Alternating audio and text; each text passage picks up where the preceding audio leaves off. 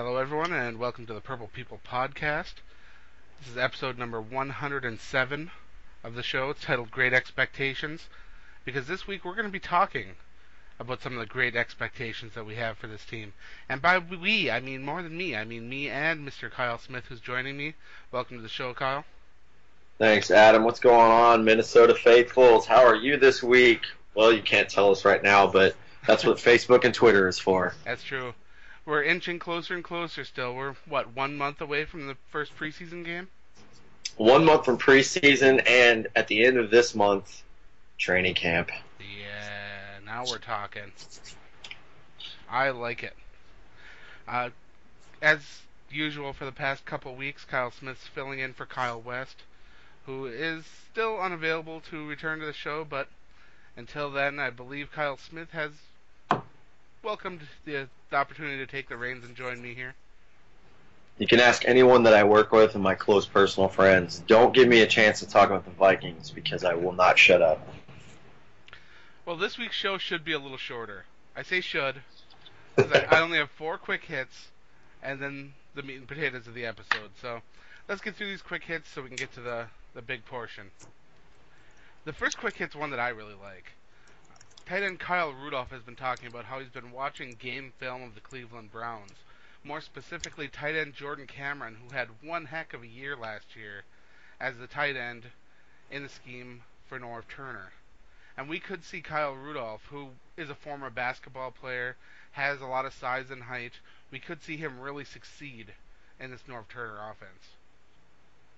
I agree. It's funny you mentioned a tight end with basketball background because if any of you guys are NFL and not just Vikings fans, you think of Jimmy Graham. And if Kyle Rudolph has any sort of potential to be like that, we will be in great shape. And some things that don't get said enough are things like what Greg Jennings is currently doing. Tonight he was on OWN TV. It was documenting some of the work that he's done over in Tanzania, building wells for underprivileged people, doing construction on other homes and things like that as well. It's awesome to see people doing stuff like that, giving back to the less fortunate. So cool to see, especially Minnesota Vikings, and in general anybody taking the time out to help people in need. Absolutely, and that's one of the things. I don't know. It's really cool to see someone who makes that much money. You can get ahead of yourself. You can be cocky.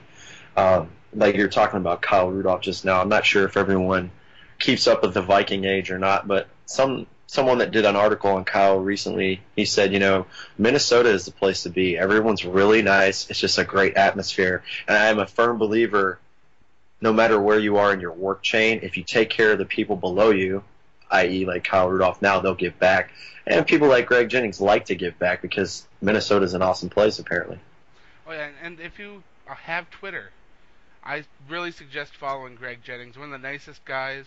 He'll answer a lot of your tweets. He'll retweet a lot of stuff.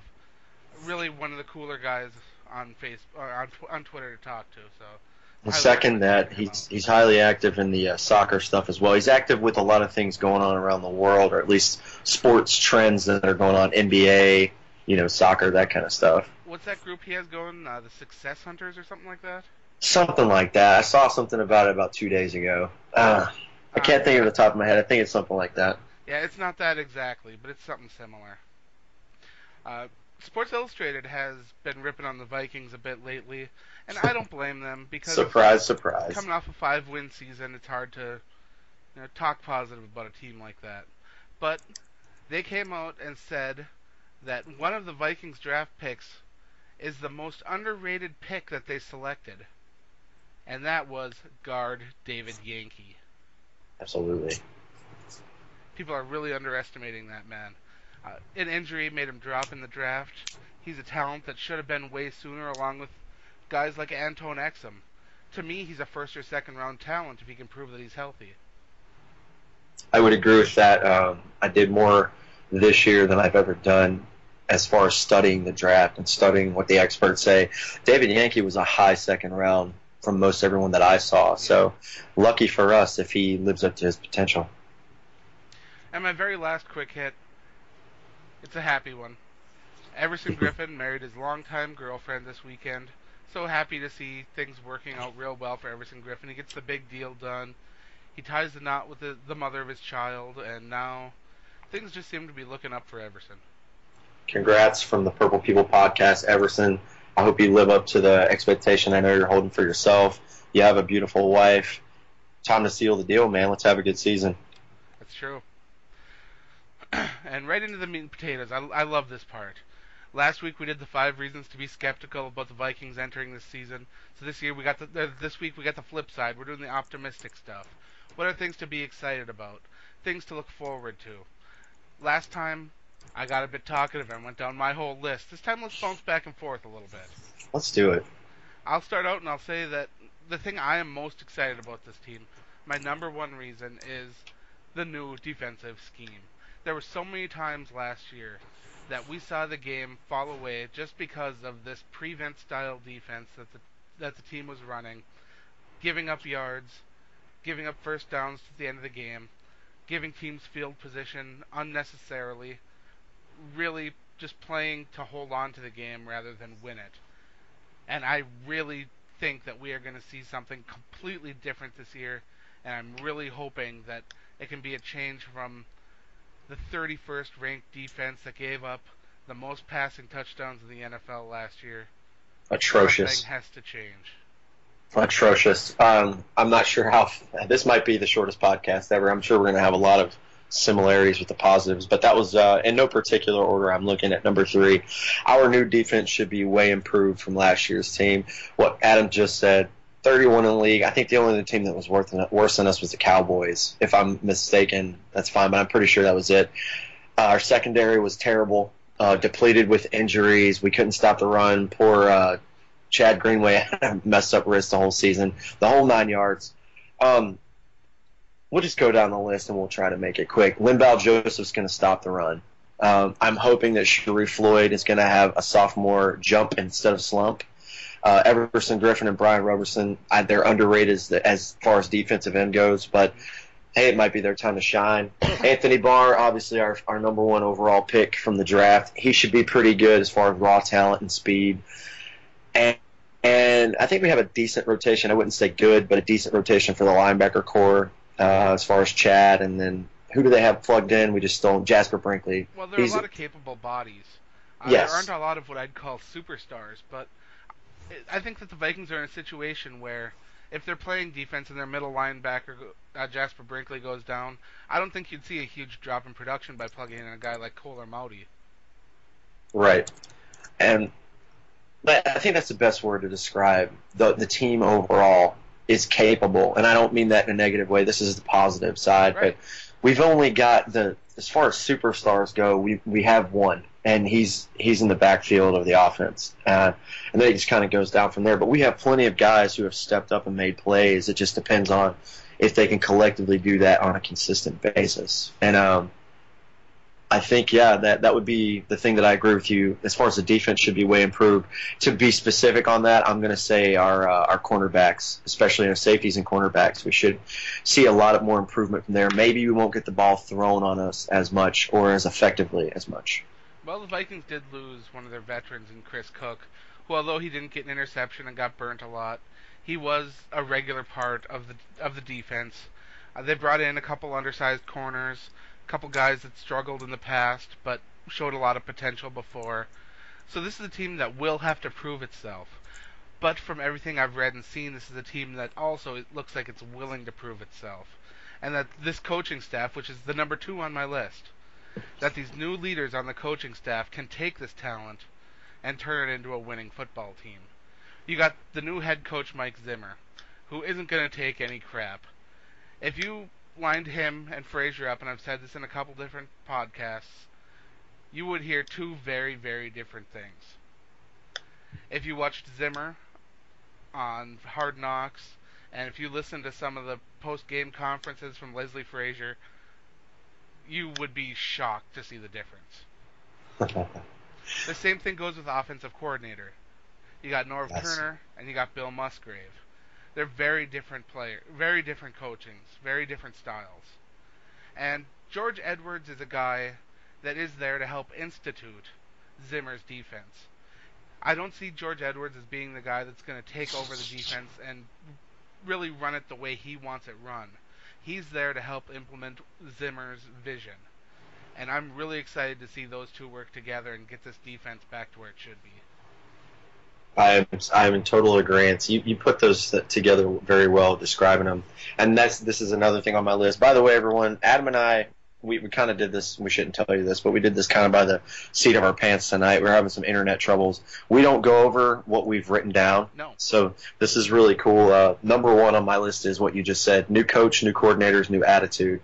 And to piggyback on what you just said, you guys have seen me on the Facebook page. I've only really talked down on one person the whole time since I've joined, and I'll let you find that out yourself. You have to dig deep because I don't do it. I do it covertly. But this is no disrespect to Leslie Frazier. I really wish I could have met him. He seemed like a real wholesome family, Absolutely. genuine guy, but he was just too laid back. And even when we had a victory and a win, he was very quiet about it. And I love passion. That's just me personally. You don't have to like passion, but I feel like if you win a football game, especially in Minnesota where we've never had a championship, any win should feel like you just got into the playoffs because you're one step closer, et cetera, et cetera. So new attitude and new coaching staff. And like you said, I won't double tap on the resumes they have, but Mike Zimmer should have been a head coach way before he was now.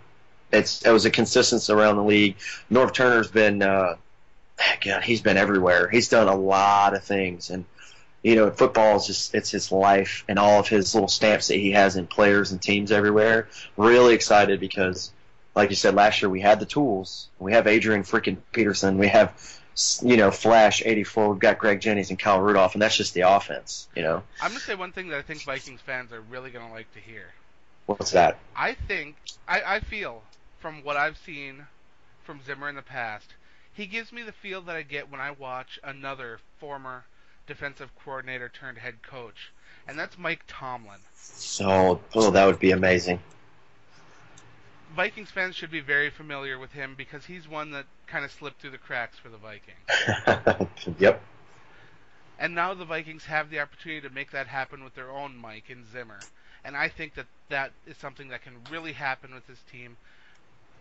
And I'll admit, I was on the Leslie Frazier bandwagon too. I thought that he would be able to come in, work with this team, and have them playing at a high level. And I was proven wrong on that. So I could be very wrong about Mike Zimmer, but so far from what I've seen, I'm a believer. That's the lovely guessing game, and kind of why we have a podcast. But that's fine. I'm on board with you there, man. He's hard-nosed and complete night and day from what we've seen. But no disrespect to you, Leslie. Best of luck in Tampa Bay. But It's time to bring in the Zimmer era, and I have a really good feeling about him. All right, my number 3 reason was the youth movement. You see all these young guys coming in, young, speedy players, hungry for positions. While veterans are good to have, they're not always necessary. If you see the movement that a lot of teams are making to try to rebuild, let's take a look at Oakland, for example. Oakland this year brought in a lot of players that were 32, 35, 36 years old, just to try to plug and play a hole to try to make it work. Instead, the Vikings go out and they're picking up all these players. They're using their draft picks. Like before the draft, Rick Spielman said that he wanted 10 picks. Now, there's a reason he wants 10 picks. He wants to bring all these guys in to compete for spots, rather than bringing in a guy that's past his prime based on name recognition or things that he's accomplished in the past. And I'm excited about that because, to me, I like Chris Cook. I do. I liked him. He has all the physical abilities to be a good cornerback, but he lacked the mental ability. So instead of keeping him, they decided to let him go, and they have Xavier Rhodes on one side, who is just a young up-and-comer, and they decided to take a waiver on Derek Cox, and then they go and they get a bunch of young defensive backs in the draft to compete for jobs, rather than bringing in these overpriced, overhyped, overmarketed players. And to me, this is how you build a team, through youth, through experience, and through fun. I agree with you there. And we could use a prime example of Favre a couple years ago. I'm the biggest Brett Favre fan you'll ever meet, probably on the East Coast. But there was the miracle season, and then there was the horrendous season. There's a reason why. Can't keep the consistency. The idea that Rick Spielman and everyone have is youth. Youth is good for a while. I mean, look at AP. Let's just take a fine example. He's hitting 30 this year. Yep. He's still the best running back in football. He's been doing this for what? This is his 8th season coming up. You don't want to hit that one season where you're going to be one game away from the Super Bowl. You want to be every year, I'm thinking the playoffs for 5 years straight. And I think that's the attitude we could be headed towards with our new coaching staff running the shindig now. But I think hopefully, and I'm going to knock on wood, I hope you guys can hear that, hope Rick Spielman has found his gems this draft, not only to keep his job as GM, but to push us in the right direction and out of the slump that we've been in for a little while. Well, I think the Vikings have been drafting very well, especially with Cordero Patterson. Absolutely. How many first-rounders have we gotten in the last, 3 years? I mean, we got a slew of, and not just good, we've got great talent and potential ahead. So. Oh, yeah, and listeners know how high I am on Teddy Bridgewater. I wish you guys could. I'm going to find it. I'm going to snapshot it. I put it on Instagram. You guys should follow me and Adam if you can find this. I put it back in the draft. I called this a long time ago that I wanted Teddy Bridgewater. So any of you guys that were on the Teddy train, come with me. We'll start an army. But your number 3, I'm going to plug in something that's very similar to your number 3. And you're talking about youth. And since we just brought up Mr. Bridgewater, Teddy Bridgewater has the highest ceiling. And I'm going to spoil what I wouldn't call it trash talking. It's just more of a, man, I'm glad we didn't get that guy thing. I posted some stuff up earlier, and you guys can find this on the Bleacher Report or pretty much anywhere if you type it in on Google. I won't leave it up to speculation. I'll let your mind go where it needs to go. But Johnny Manziel, a recent picture has surfaced of him rolling up a $100 bill in a Vegas nightclub bathroom.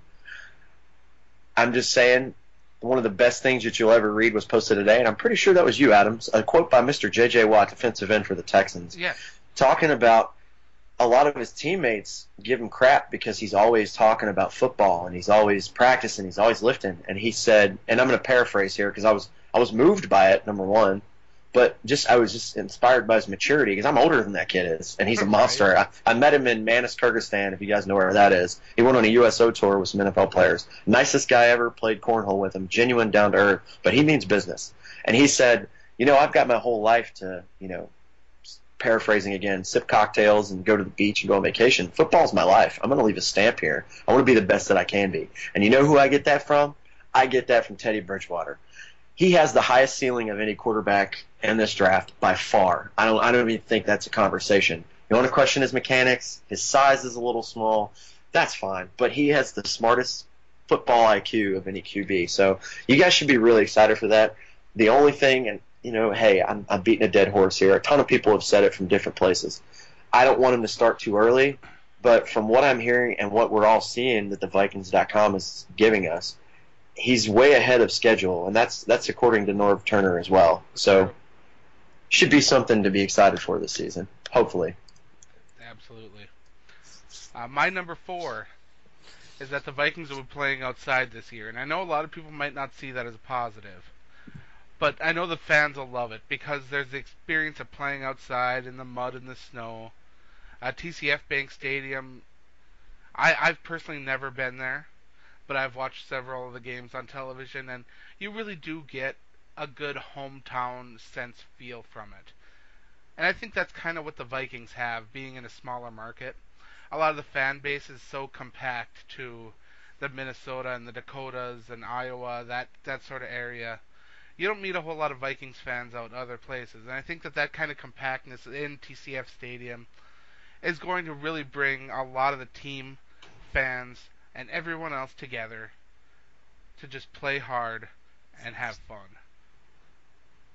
We have a very similar Vikings football brain because number 2 on my list is playing outside could be to our advantage. So I'm not sure because I don't have it up in front of me because I'm ill-prepared tonight, and I apologize. But there is a stretch where 4 out of our last 6 games are outside. I know this for a fact. I was excited about it.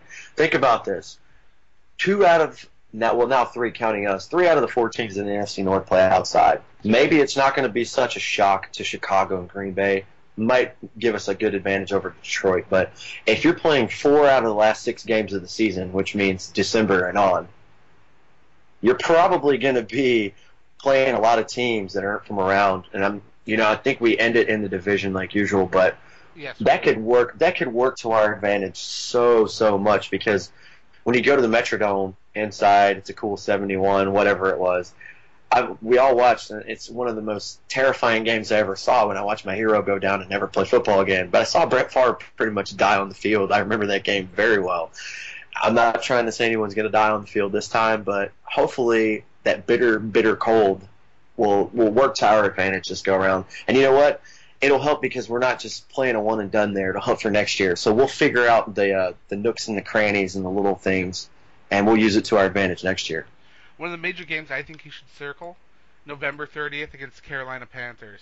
Oh, Carolina coming up to play outside, November 30th. that's going to be a great game. That's going to be good. Two good defenses, and it's going to be really cool. That's one to circle on your calendar. And my last reason is the same reason I had on my negative list, Adrian Peterson. Anytime you have Adrian Peterson on your team, you got to be a happy guy. Because you know that whatever quarterback is on the field, whether it's Ponder, Castle, Bridgewater, or even somebody else, who knows. Heck, even T-Jack could turn around and hand the ball to Adrian Peterson, and Peterson could go and have a big old run. Adrian Peterson is in his own category when it comes to reasons to be optimistic. I think that if Adrian Peterson wasn't on this team, you would have a lot of fans that would either have jumped ship by now, because there are a lot of fair weather fans in the NFL, or you'd have fans that were just nearly not as excited about this team.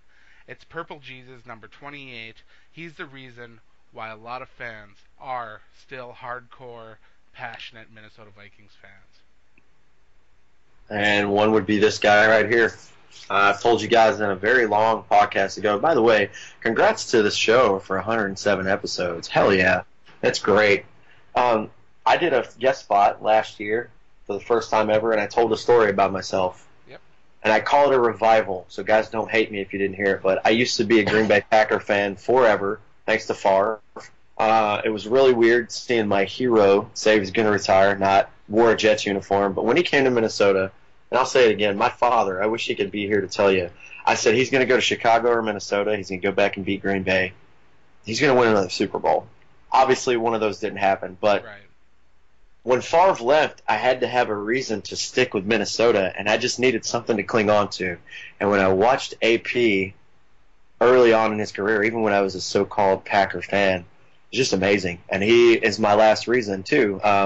He's tied in with another one, but my last reason was our receiving core will earn respect to this league thanks to Norv Turner. And not only our receiving core, but when you have solid number threes and backups like Jarius Wright and Jerome Simpson, and then you have Cordero Patterson, who's going to try to develop to a number one, and Greg Jennings, the savvy veteran. Norv can exploit them and bring them out in better ways than Musgrave. I hated to drop his name, but it's automatically going to boost you. And when your receivers get open, like we've told you this 1,000 times, football and receiving for dummies. When your receivers stretch the field, that leaves the middle of the field open. Don't leave the middle of the field open when you have Adrian Peterson there. You will pay for it. Adrian Peterson and our receiving core will be revamped, and that is my last hit for the day. Nice. And I will add one very embarrassing thing, which I don't know if I've ever admitted on this show. If I have and I'm repeating it, I'm very sorry. 2007 NFL Draft. I called into work to watch it, was having some beers, and the Minnesota Vikings went on the clock. I was cheering for the Vikings to draft a certain person, and that person was not Adrian Peterson. I was gung-ho, 100% behind the Vikings drafting Brady Quinn. Oh, dear sweet Lord. One of those times you are so glad you're wrong.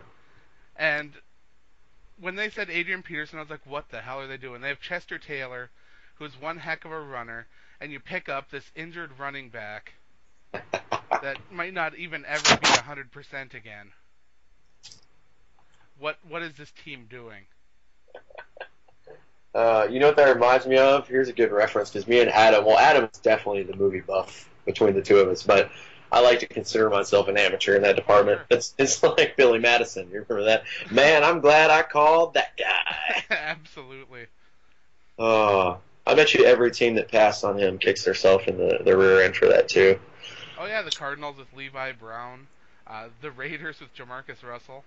The only team Oh, that probably doesn't mind as much as the Detroit Lions with Calvin Johnson.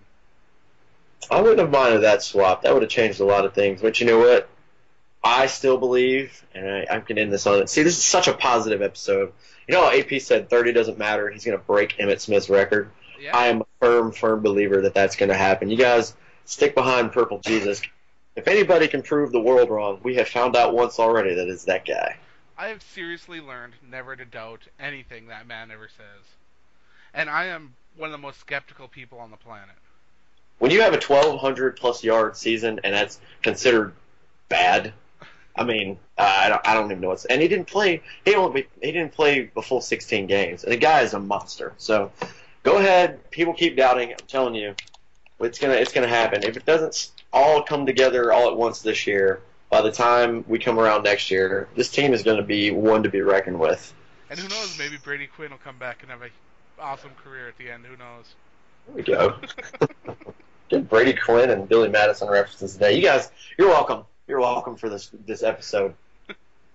I hate telling that story because it shows how dumb I was that long ago. It's all right. I bought a New York Jet Brett Favre jersey. Oh no. I did. We've all got stuff like that, man. We've all got it. Well, let me do the plugs this week. Go ahead. I'm feeling happy. Check out Adam's work on thevikingage.com, and if you have a mobile device, download the Fansided Daily. That's Fansided Daily app. Subscribe to the Viking Age. Alerts will go off on your phone when you're bored at work. You have nothing to do, or you're on your lunch break and you're a good worker like myself. Yep. It'll let you know what's going on. Follow us on Twitter and Facebook. Purple People Podcasts. Shout us, give us a message right on our wall. And as always, when we post something on there, please feel free to comment. We will always respond back to you. Absolutely. That's all I got. And I always have to plug it. If you like The Walking Dead, check out my work at Undead Walking. That's Absolutely. the Twitter site is at Undead Walking, FS. Otherwise, it's Undead Walking on the old Facebook. That's my baby. I'm trying to make that puppy grow. So if you know someone that's into The Walking Dead, go and check it out.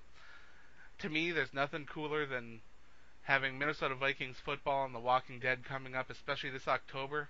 Oh, I'm going to be such a happy man. Bear with us, guys. A couple more weeks, and we will be in the thick of training camp. The gossip and the juicy stuff will be back. Thank you for you guys that are listening now when it's supposedly dead and we don't have much to talk about. Exactly. Thanks for listening, and remember to stay classy, Minnesota.